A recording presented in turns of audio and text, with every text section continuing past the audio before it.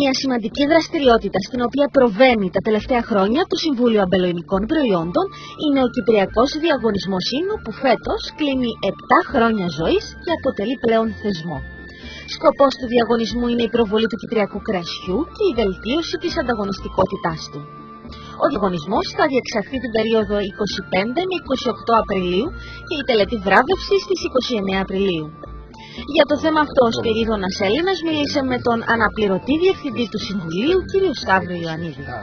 Ο στόχος του διαγωνισμού και κάθε διαγωνισμού, διότι πλέον είναι θεσμός, αποτελεί πλέον το κορυφαίο υλικό δρόμενο στον τόπο μας, στοχεύει στην προβολή βασικά του κυπριακού κρασιού, τόσο στην Κύπρο όσο και στο εξωτερικό, στην ανάπτυξη ενός άμυλας μεταξύ των υλοποιών και επίσης στην καλλιέργεια ελληνικής κουλτούρας και συνείδησης στον τόπο μας.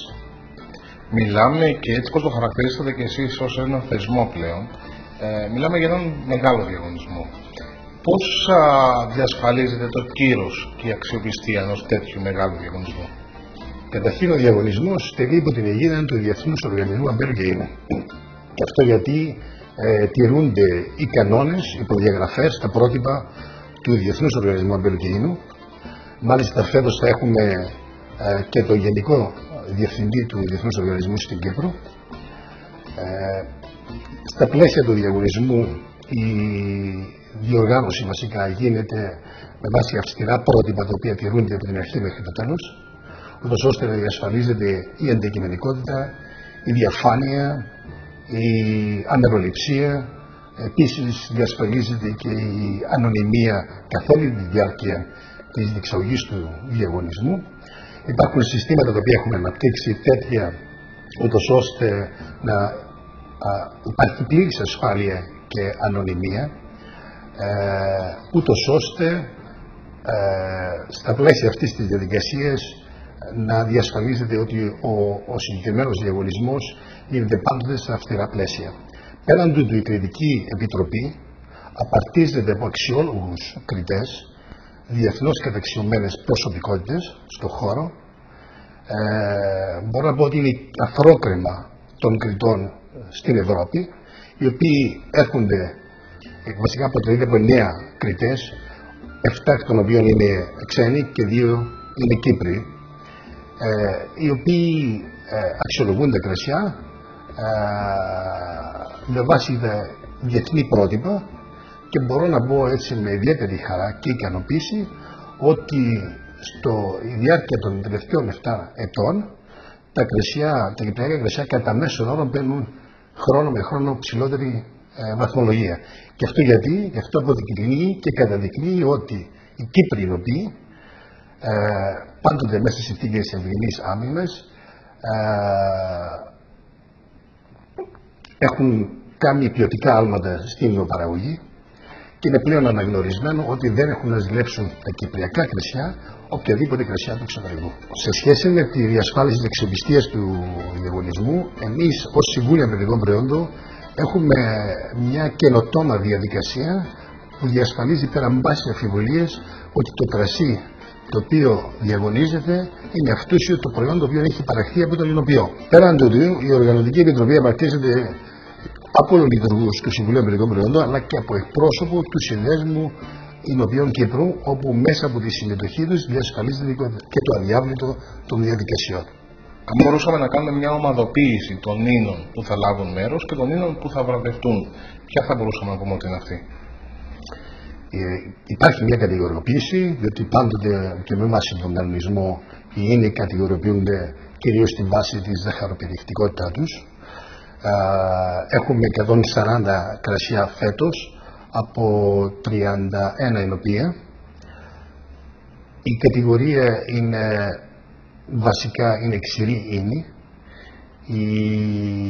η μη ξηρή είναι γλυκή ίνη, η γλυκή ίνη και η ίνη pop, που στην ουσία μιλάμε για την κουμανταρία, που είναι και ο μοναδικός ίνος pop που κυκλοφορεί στο νησί μας. Μου μιλήσατε για άλματα προηγουμένως του κυπριακού ίνου. Το κοινό αγκαλιάζει το κυπριακό ίνο? Ο διαγωνισμός βοηθάει στην προβολή και πρόθεση του Κυπριακού ίνου στο εσωτερικό αλλά και στο εξωτερικό. Γιατί είχα πει και στο εξωτερικό προηγουμένως. Ο λόγος είναι ότι πέραν της ομάδας των κριτών έχουμε μια μεγάλη ομάδα εινογράφων και εινοχών από το εξωτερικό, οι οποίοι αξιοποιούν την ευκαιρία, και εμείς την αξιοποιούμε αυτή την ευκαιρία, να τους φέρουμε στην Κύπρο, οι οποίοι στο τέλος της ημέρας, αφού αξιολογήσουν και αυτοί τα δικά μας κριτήρια, γυρνάνε πίσω στις χώρες τους, αυτογραφούν, και μπορώ να πω ότι μερικοί από αυτούς έχουν γίνει έτσι πρεσβευτές του κυπριακού κρασιού στο εξωτερικό. Τώρα, όσον αφορά την Κύπρο, τι γίνεται, δεν είναι μόνο ο διαγωνισμός, ο οποίος είναι μεν το κορυφαίο υλικοδρόμιο στον τόπο μας, υπάρχουν και άλλες δράσεις και δραστηριότητες, τις οποίες εμείς τα τελευταία 2 χρόνια έχουμε διοργανώσει. Μάλιστα έχουμε καταφέρει και φέραμε όλους τους εμπλεκόμενους στα υλικά δρομένα του τόπου μας. Φορείς οι οποίοι έχουν και αυτοί να διαδραματίσουν ένα σοβαρό ρόλο, οι οποίοι αυτοί οι φορείς απαρτίζουν μια επιτροπή διοργάνωσης εκδηλώσεων και δράσεων με στόχο την καλλιέργεια υλικής παιδείας και κουλτούρα στον τόπο μας. Άρα, παράλληλα, εκτός από τον διαγωνισμό, γίνονται πολλές άλλες δράσεις και εκδηλώσεις που στοχεύουν πάντοτε στην αφύπνιση του κοινού, του Κύπριου εινόφιλου, του Κύπριου παραγωγού, και περαιτέρω στο να αυξήσει την αναγνωρισιμότητα του Κυπριακού ίνου στο Κυπριακό κοινό. Μπορώ να πω έτσι ότι τα τελευταία χρόνια έχουμε πετύχει άλματα στην κατακεφαλή κατανάλωση ίνου. Και αυτό το γεγονός είναι πολύ σημαντικό. Είναι μια πολιτική την οποία προωθούμε. Σίγουρα η κατανάλωση πρέπει να γίνεται με μέτρο, ένα μήνυμα το οποίο δίνουμε πάντοτε στον Κύπριο καταναλωτή. Όμως έχουμε καταφέρει σιγά σιγά, κυρίως στην νεολαία, να δώσουμε το μήνυμα ότι αξίζει να δοκιμάσουν το κρασί, το κυπριακό κρασί, αλλά γενικά το κρασί, και να απαλλαγούν από οποιαδήποτε άλλα ποτά που συνήθως πίνουν και καταναλώνουν κυρίως τους καλοκαιρινούς μήνες. Θα πρέπει να αναφέρουμε ότι στο διαγωνισμό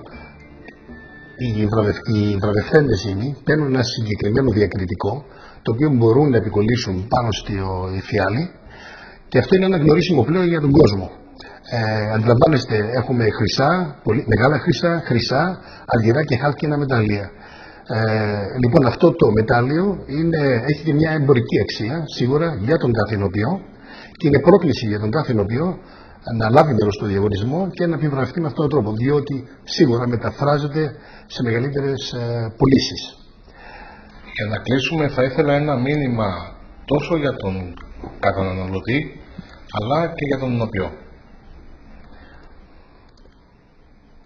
Σε σχέση με τον εινοποιό, το Συμβούλιο Εμπειρικών Προϊόντων είναι ο κεντρικός φορέας διαμόρφωσης της πολιτικής και εφαρμογής της πολιτικής στον τομέα, που στοχεύει στη βιώσιμη εμπειρουργία και βιώσιμη εινοποιία στον τόπο μας. Σίγουρα οι εινοποιοί για μας είναι συνεργάτες, και αυτό το γνωρίζουν και οι ίδιοι. Έχουμε ως φορέας διαμόρφωσης πολιτικής καθιερώσει διάφορα προγράμματα ενίσχυσης του αμερινικού τομέα, πέραν της προβολής και προώθησης, όπου σε αυτόν τον τομέα εντάσσεται και ο διαγωνισμός, και μπορώ να πω ότι η συνεργασία με τους εινοποιούς είναι αψογή. Το μήνυμα μου είναι ότι εμείς εδώ στο Συμβούλιο Εμπειρικών Προϊόντων είναι ότι θα τους στηρίσουμε, θα συνεχίσουμε να τους στηρίσουμε, διότι σκοπός όλων μας είναι να εντάξουμε τα υλικά μας προϊόντα στον παγκόσμιο υλικό χάρτη.